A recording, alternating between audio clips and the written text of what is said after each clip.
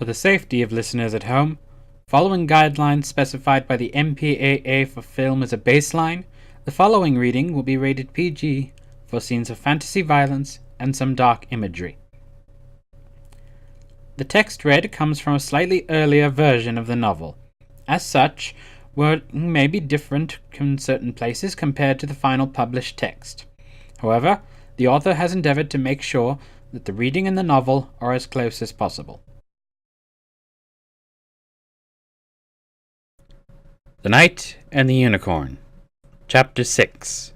The Haunted City. The next morning, Tristan woke up refreshed and ready to go. He spent a bit of time cleaning his armor and sword, using water from the stream and some moss from nearby rock to gently go over the gear until they shone like new. Serena picked more berries and herbs for him, and he ate and drank.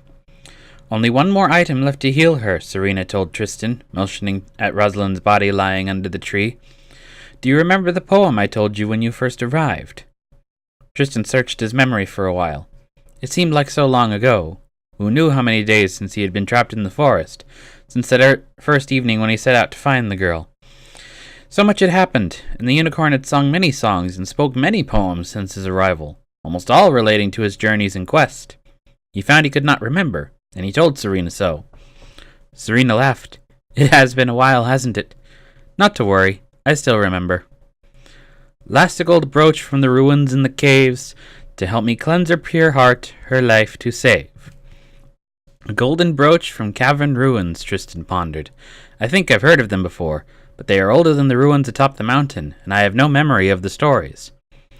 They are from the same time, Serena explained, but yes, they are much older, and became deserted while the monastery was still in operation. They built it to more easily protect themselves from invasion, but left when the forest cut them more and more off from other civilizations. So what does a golden brooch have to do with helping her? Tristan asked. It is a great magical amplifier, Serena said. Shaped like a seraphim with 4 wings and holding a blue crystal in its hands, it cleansed the user of ills and made their magic strong. With this artifact, my magic will become strong enough to vanquish both the curse from Rosalind and the curse from these woods, and the enchantress should be defeated at last, or at least stripped of her power long enough for you to return home and lead the charge against her. That is a plan, Tristan said. I cannot believe it is so close. But tell me, is there anything I must be watchful of when I go to obtain this artifact?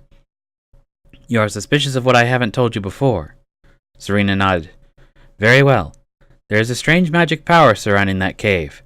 I have not tread inside it for many years, but it is neither my magic nor that of the enchantress. I know not what lies within, however. That is the truth. Then I shall ready my sword and shield and advance carefully, Tristan said. Thank you, Serena, for all you've done so far. I owe you. You owe me nothing, Serena said gently. In helping me cure Rosalind and increase my power against that of the enchantress, you have done more than you realize. Simply come back every once in a while, and I shall be happy. Tristan smiled. He liked the unicorn, and the request didn't bother him at all. But of course, he replied, I would be happy to, once these woods are safe again. Then you are ready, Serena said. Go south out the path you first went down to retrieve the berries we initially used to cure Rosalind. When you come to the stream, go north, almost back in this direction. There shall be an opening by a worn plank bridge and a path leading east. It should open up and lead you to the cave's entrance. The path seems simple, Tristan said, but I shall be wary and keep watch. Then go, swiftly and safely, dear Tristan. I shall be watching for your return. Tristan left via the exit that Serena told him and started making his way down the path as before. It wasn't long before the golden light of Serena's meadow was quickly covered once again by thick trees, and the path grew narrow with thick underbrush. The woods in this direction were astoundingly quiet, and not a sound could be heard whenever Tristan stopped to check his surroundings. The woods were empty, and he saw neither hide nor hair of anything around. After a while, the woods lightened a bit as before, but it seemed as though the effect was lessened despite going along the same path. Speckled light still fell down through the branches and lit the way, but they were filled with different lights simply than that of the sun, almost as though a fire was lit in the distance. The bushes lightened, and the trees didn't seem so oppressive or claustrophobic, but it was wilder and more untamed than before. The further he got along the trail, the more it seemed like something was watching him. It sounded almost as though there was a second set of footsteps that mimicked Tristan's own, and Tristan stopped to take a look around. It was not long before Soren came out of the woods, his own coat dark grey like that of the river rocks, his mane a dark blue like the night sky under moonlight, and his horn was of faint dark quartz. He walked slower and limped a little more. "You have seen better days, Soren," Tristan remarked as he came closer. "And you remember me," Soren said. "I was becoming afraid that you were lost." "I shall not ask, but I think you will tell me anyways." Soren nodded. "The way is long. Sit on my back. I can navigate to the ruins much easier than you can, even if I am injured." Tristan hopped up on Soren's back using a nearby log, and they walked through the forest. Soren was able to maintain a trot, but Tristan noticed his limp prevented him from going through the thicker portions of the woods. "You know about the ruins?" Tristan asked. "I know much more than you seem to realize," Soren replied. "Why do you think that I know where you will be and when?" "You are intelligent and seem to have magic of your own," Tristan said. "I assume, based on the colors, that this sword and armor have been strengthened by you. If that is so, then you must have some sort of tracking magic in addition to follow the armor." "You are half right," Soren said proudly. "The armor and sword are indeed of my enchantments, designed to protect and to serve. But I cannot track. Look at me. Notice my colors and coat. If I did not walk up to you, would you see me?" Tristan thought back. "My first time coming through these woods, I did not see you until you were almost right in front of me." "That is how it should be," Soren replied. "But I am weak. You heard my approach, turned, and saw me coming. I am designed, and so is my magic, to hide me in the shadows of these woods, to appear only when necessary, when some power threatens it shows its face. But have you noticed these woods have changed?" "Yes." Tristan looked around. "It is darker than I remember last. There is not as much light that shines through, and none of it is pleasant." "I am slowly losing my power," Soren said. "I have placed what I can into what is now your armor, your sword, and your shield. They shall serve you well. But tell me, where does your heart lie? For what reason do you continue this quest?" "I need one more item to help Serena vanquish the Enchantress's magic." Soren was quiet for a long while. And what? Was there not another reason? Or have you forgotten it?" Tristan thought back. Something nagged at him. Why was he here again? It was obviously to help Serena regain her power and fight back against the magic covering the woods. But Soren suggested something else to him. What was it? When Tristan had said nothing for a long while, Soren continued. "The longer you remain here, the more of your memory erodes, until you only know what is presented before your face. That is how the Enchantress's magic works. For the magic here plays tricks on the mind, distorts your sense of time, space, and reality. It makes you think you've been here for longer than you actually have been. Do you remember how long ago it was since you entered?" Soren trotted into the stream that Serena had mentioned, the water splashing around his hooves but not touching Tristan. 4 or 5 days? Tristan asked. "What if I told you it is late afternoon of the second day since you left Elindria? Of course you wouldn't know, but that is how the Enchantress's magic works. Time and sleep cloud the mind. The days play with your perception, since you cannot truly see the passing of the sun." "Barely long enough for my family to start worrying about me," Tristan commented. "Would that explain why the lighting seems strange to me?" "Yes," Soren replied bluntly, "and that will be another trick. You will likely return to that meadow in less than half a day from when you left, and yet the tricks and magics of this wood will make you think a whole day has passed, that your journey was longer than you thought." "But how can I stand guard against it?" Tristan asked. "I am embarrassed to say I have no idea of that myself." "Do not blame yourself for this error in perception," Soren said. "The Enchantress's ways are many, and all of them conspire towards your failure. Your mind is kept to the task and away from the Enchantress, and so you resist without knowing. You have seen glimpses, visions of what actually is. That is your mind resisting the veil being drawn over it, the blinders that have been placed to steer you towards the path it wants. You said before my impulse could be my salvation or destruction. Will it eventually come down to me choosing between the rational explanation or the impulse I have? I cannot say directly. I only know when the time comes you will have to choose. Neither is right all the time. Listen to both, take them both into account, and choose based on where your path takes you." They left the stream and passed up along the banks to a wide path. Not far away from the stream there was a large stone entryway into the side of a tall mountain. Statues crumbled around the gates that seemed to be of men in armor, riding on horseback, a display of might reduced to rubble. The way into the mountain was open, and there were plenty of torches lighting the way inside. As they approached the gates, Tristan hopped off Soren and took a few tentative steps towards the gates. But he stopped and turned around back towards the Dark Unicorn. "I am afraid, Soren," he said. "I wish you could come in with me." "I am afraid too," Soren said. "But it is not my duty to come in here. I must go and hide, unfortunately, to find a place where I can restore my own magic. This magic that lives in this wood now drains me as well. But if you take my advice into account, then I hope you will come out of this alive and well." Tristan nodded. "Do you have one more item?" "I think I will need it, now more than ever." "That I do.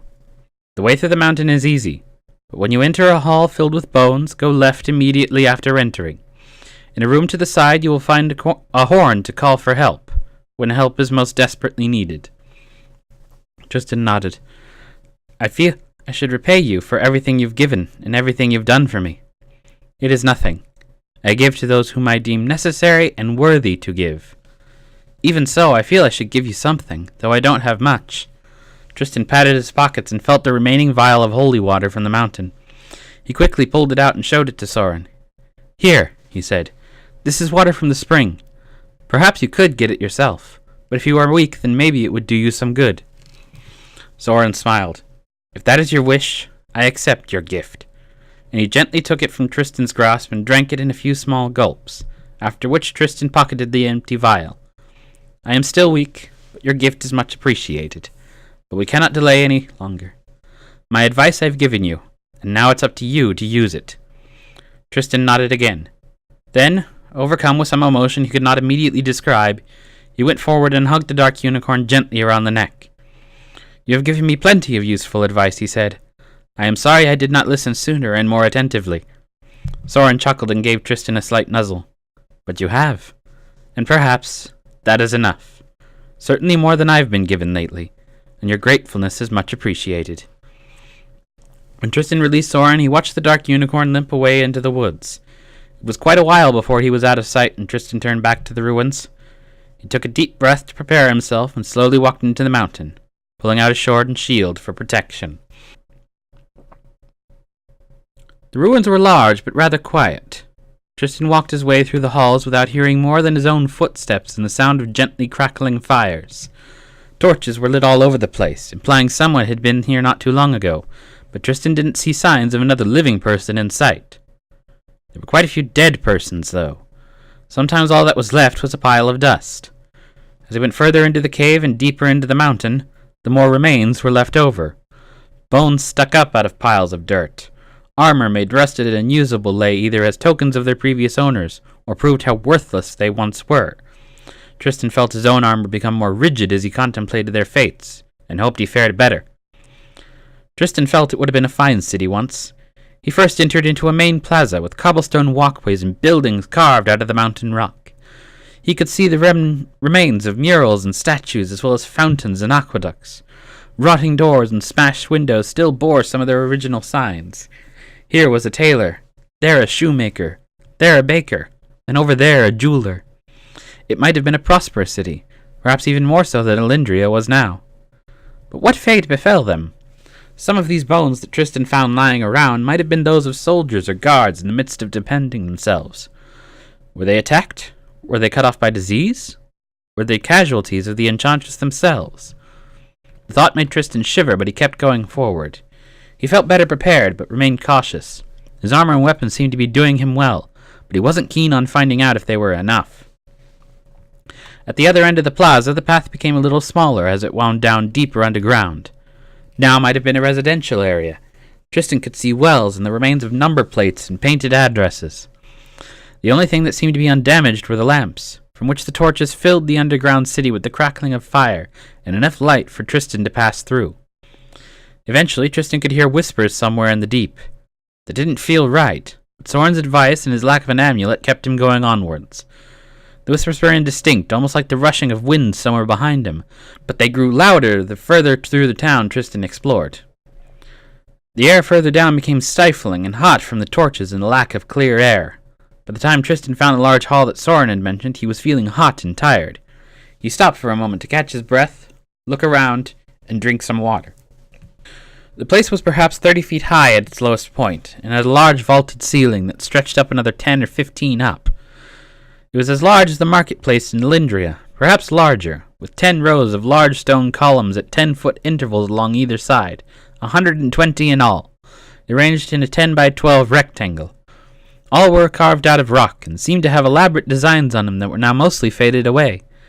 At the opposite end from where Tristan entered was a large double door that seemed to be cracked open. A faint white light shone from the other side. The hall in between was filled with skeletons, with armor and without. Tristan, you and I were meant to be here in this place. The whispers were almost audible now. Tristan thought he could make out a word or two amidst the constant murmur. It seemed to be compelling him to go forwards. Tristan took a few steps beyond the threshold and stopped, trying to remember all these things that he was told. The murmur threatened to drown out his own thoughts, and he almost kept going. All of this for you.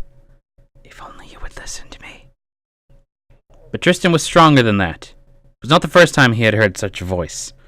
The last time was the night before he left, the day after Rosalind was captured. It was not wise to trust such a voice unprepared, and so Tristan managed to turn back around and walk to the entrance. It also sounded like it came from somewhere else, somewhere in the back of his mind, like a song. I know you have gone astray. I have tried to lead you back, but you keep wandering away. Looking right along the wall, Tristan found another single door propped open right where Soren said it would be. He wandered over and found a simple horn that seemed to be constructed of white ceramic and painted over with a glaze. It hung by a leather cord off a wooden spike, and Tristan went and picked it up. It seemed unusual, but he trusted Soren now, and took the horn without question and without fuss. Now, feeling at least somewhat more comfortable now that he had the horn, Tristan walked down the center of the hall. The voices seemed slightly more distant, but he heard them now, more and more clearly as he went towards the double doors. I do all I can for you, and yet you always question me, always wonder what ulterior motive I have. The voice sounded hurt, like Tristan had betrayed it. The voice sounded so beautiful and sad, as though almost in mourning. It pulled at Tristan's heartstrings as it reminded him of the last desperate hope of the voice to keep him from doing exactly what he was about to do. He kept walking down the hallway, despite his feet feeling like lead, and his mind relaying every impulse to leave that place at once. I have nothing to hide from you. All I want is for you and I to be here together, as one. Tristan sheathed his sword and put his shield and horn on his back as he reached the double doors. He grabbed one handle with each hand and pulled the heavy doors apart. The light shone brighter and brighter through the crack, and for but a moment Tristan was blinded by the sheer power. All I ask of you is this, one simple thing, and we can stay here in peace forever. With a great heave, Tristan flung the heavy wooden doors apart. Despite their size, they led into a room much smaller than the hall itself. The room contained only a simple podium with a light shining down onto it that may have come from outside, but Tristan could not see. Resting on the podium was a small piece of jewelry, an amulet on a golden chain. It looked humanoid, but its eyes were like fire and it had 4 wings like eagles on its back. Its arms were held in front of its chest and its hands were cupped together to hold a perfectly round blue crystal. This was the Seraphim amulet that he was told about, the final piece in the quest to restore Rosalind and bring back Serena's magic. Tristan gently took the amulet and found no fault or problem with it, and he placed it in his pocket for safekeeping until he exited. Tristan exited the small room and was beginning to cross the hall when a rattling sound started to surround the hall.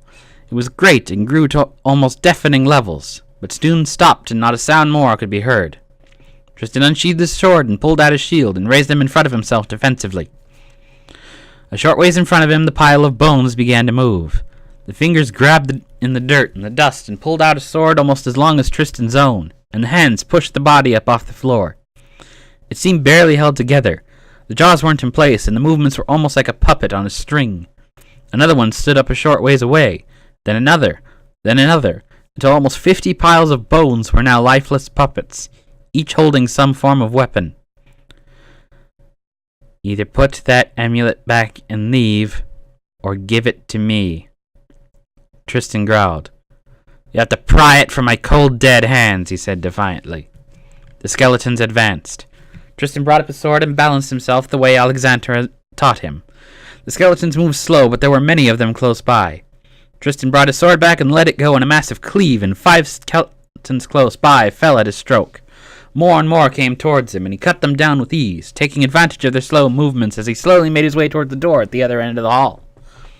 But even before he had reached the midpoint, Tristan found something was very wrong about his situation. At the other end of the hall, he could see a line of skeleton men marching their way down into the hall from the upper floors above. It seemed as though all the intact skeletons he had passed were coming down here, making directly for his position. Tristan kept cleaving his way through, but the entrance of the hall was now crowded, and they all seemed to be flooding in.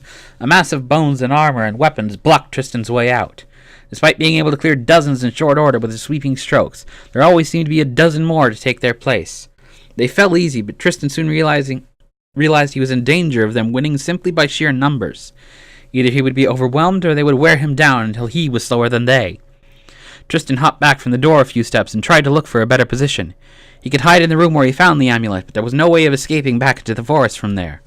And besides, he couldn't go back if he wanted to. The skeletons he had struck down before were now picking themselves back up and beginning to advance at him from the back. Tristan cleaved and cut and stabbed and struck at the skeletons, but more and more were filling the hall, and he was swiftly becoming surrounded and outnumbered. He tried as long as he could until he could stand it so long. He was so close, too, to getting that amulet and helping Serena.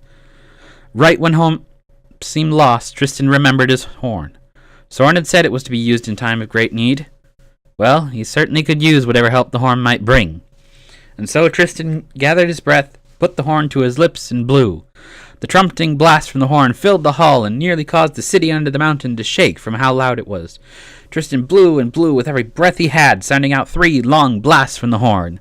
And when he took his lips away and returned the horn to his side, there was silence. Tristan panted and regained his breath and looked up. To his surprise, the armies of skeletons that had been advancing on him were now stopped, and did not move at all. They remained standing, but none raised their sword against him. What are you? One nearby him dropped his sword. It reached out a long, shambling, bony hand and brought it over to Tristan's head. Tristan was too tired and too worn out to do anything about it, and wondered if he was going to die. He didn't die. The skeleton touched his head with his hand and did nothing. But Tristan suddenly felt himself falling down, down, down, and suddenly he was nowhere near the hall or the underground city. He was on top of the mountain with a knight that looked similar to Alexander, covered in a veil of red fire. Another knight was fighting him, a young man with blonde hair and shining steel gray and white armor similar to the guards of Elindria. But no matter what he did, he could not defeat the other knight, and he was struck down and died on top of the mountain by the spring. And then Tristan felt something on his shoulder, and he was being pulled away to another knight who was fighting the snake. They dodged the poisonous branches, but were caught in the snake's coils and were crushed and fell, lifeless, their own armor crushed like a tin can. Another one dragged him over to another angle, and Tristan watched as another one, trying to figure out the snake's swaying movements, tripped over its tail and fell into the branches, dying from poison leaking into a cut on his face. One by one, Tristan saw knight after knight die, either in fiery blasts, or by other possessed knights, or by the snake or the branches, or by dousing themselves fully in the spring water, or by falling off the mountain, or by any one of dozens of methods. Tristan watched in horror as they all died through the obstacles that he himself had recently lived. But so many others were before him. "Do you see?" came a voice. Tristan looked around. He was standing face to face with the first knight he had seen as more images flashed by. He was a handsome young man, but marked with the scars where the other knight's sword had struck him across his chest, his legs, his arms, and his face. "Do you see what happened to everyone else who came through this quest? They're all..." Tristan could hardly find the right words for it. "Dead," the other knight finished solemnly, lowering his head in respect. He looked back up to Tristan. "All of us were swayed by the promises of finding and resurrecting our loved ones from a deadly poison. But not one of us could make it through the tasks that were set out before us. I have passed you all. I feel so guilty. So terrible that someone had not come through here and somehow saved you all. We all fell for the same trap you did. But you did what we all did not. When you were tossed a lifeline, you took it. You almost passed it. If you did pass it, you would have ended up like us." "But Who put you in this position? What monster could be leading all of you to die like this? She called herself our guardian. She gave us false hope, fed us the things we wanted to hear, and used us to her own advantage. Always beautiful, but fierce and truly untamed as a raging fire. You would not be here if it weren't for her. Tristan felt his breath leave him. No, but you can't be serious. The one who did this was the unicorn, Serena, the enchantress of Elendria. Despite hearing it out loud, it did not produce the shock Tristan expected it to feel. But as the vision faded and he was returned to the hall with its unmoving piles of bones, something else came upon him. Clarity, and with it dread, guilt, and failure. Tristan dropped his sword, then dropped to his knees and began to weep. Damn it! Damn the white and pink and golden unicorn! Taken by her kindness, enthralled by her beauty, and tricked by her promises of bringing Rosalind back to life! She'd merely used Rosalind as bait to lure him out and torture him before killing him when hope seemed some close to his heart. Taking on the appearance of something fey and wild and mythical, she had preyed on his suspicions of purity and goodness and used them all against him. No! Tristan shouted out to the empty hall. Why? Why would you do this to me? It had been engineered like this from the beginning. The unicorn had deliberately picked Rosalind because of Tristan's devotion to her. When Rosalind was taken, she had taunted him, knowing he would come in pursuit of her because of their love.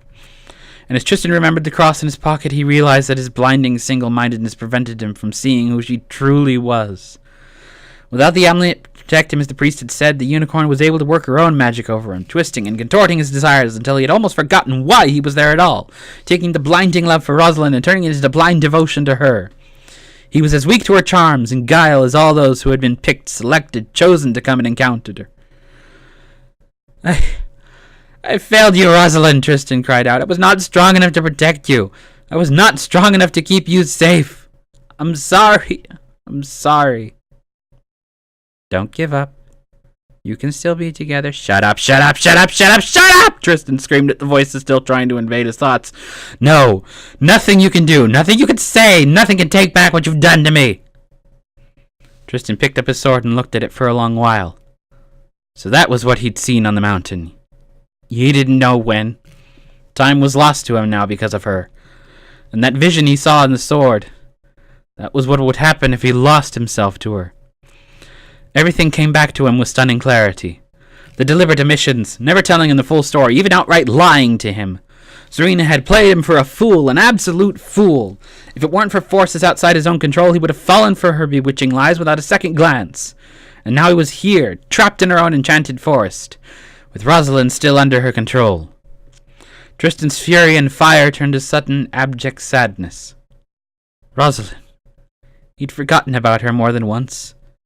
And now here was the final, pivotal mistake.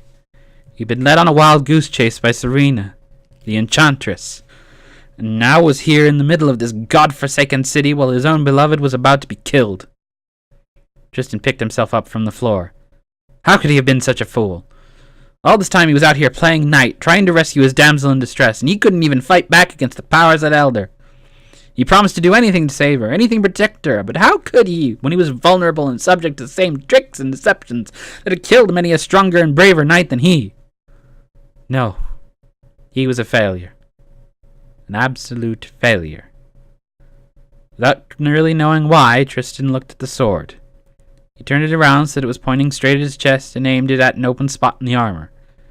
He prepared himself to fall on his sword, ending his life, his stupidity, his frailty, once and for all.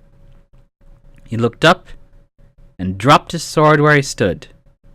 Soren was standing at the entrance of the hall. For a while, Tristan could neither move nor speak. He stood and stared at the dark unicorn at the entrance of the hall. Why are you here? He finally stammered. Because you finally saw what I've been trying to tell you. It took a moment to process. You're the guardian of these woods, not Serena. Soren nodded. My words were not lost on you after all, he said proudly. Tristan was shocked. This was the last place he had expected to see Soren after the unicorn had traveled off into the woods. Tristan picked up his sword and sheathed it before pulling out the horn and showing it to Soren. Is this... Did you make this? No, not I, Soren shaking his head. But I heard it call. Why didn't you come with me? Some things must be faced alone, Soren replied, coming over to Tristan. Without those times you walked alone, you would not have been aware of your own power, or your own strength. I helped, but that doesn't mean I did it for you. But the items. I wouldn't have made it if you didn't give me the armor, the sword, the shield, or the horn. I should be... Merely having an item does not give one power, Soren said. Tristan fell silent as the unicorn continued, walking towards the smaller room. Having a powerful artifact is one thing. Knowing how to use it is another. Tristan considered this. But the items have special properties, don't they? You focus too much on outer circumstances. Yes, indeed, my magic is imbued into each of them. But who of the knights tried to use their environment against their attacker once the armor protected them? Which of the knights knew to attack the bottle and save the one possessed on the hill? Who of them all thought to call for help amidst an environment that reeked of death? Tristan thought about it. None, he finally concluded. None of them. But what does that have to do with it? I warned you again and again. Your impulse could lead either to your salvation or destruction. It was your impulse, your instinct, that led you to use the second wind given by the armor, that led you to realize your foe's possession could be broken, that let you call for help instead of considering a situation too dire or hopeless. Your instinct and art have saved you time and again, and could save many others along the way. Tristan gave a gasp of recognition. Serena! Rosalind's still with her. But is Rosalind still alive? Yes. It is a final test of sorts. All I'll say is that you have all the tools you need at your disposal. Fear not, Tristan. Despite your supposed weakness, it has allowed you to travel far and collect the things you need. Despite your supposed stupidity, you have used everything you have to your advantage. Despite your supposed frailty, you have emerged stronger than many. Tristan stared at Soren. There was a sort of empty feeling still inside of him. Something was afraid to venture back to Serena and have to face her. He had grown to almost pity and care and even love the light unicorn. He did not want to succumb to those feelings again, even if she did make him feel good about doing what she asked. But as he stood there in the underground hall, staring at the regal dark unicorn and the true guardian of the woods he had been traveling through, Tristan felt his own original fire begin to grow once again. It was tentative and hesitant, but slowly emerging. Had he not promised to protect Rosalind, he would go to the end of the earth if it meant helping her, protecting her, saving her. If that was true, then he must go, no matter what the odds felt like. Tristan could see a proud smile come across the dark unicorn's face. I see your drive is returning, Soren said. Remember yourself. Remember your purpose, and remember everything you've been through. He trotted back towards Tristan and past him, going towards the entrance of the hall. Now go, and complete that which you set out to do. Tristan nodded. When he turned, Soren was gone, but he was not dismayed. You're right, he said to the empty hall. I won't stand for this any longer. I will get Rosalind back. I will protect her from the Enchantress, and I will break her hold over us. I may need your help again, Soren, but now I am not afraid. And he ran from the hall and began ascending towards the surface. Here ends Chapter 6. Next week, The Knight and the Unicorn. Chapter 7.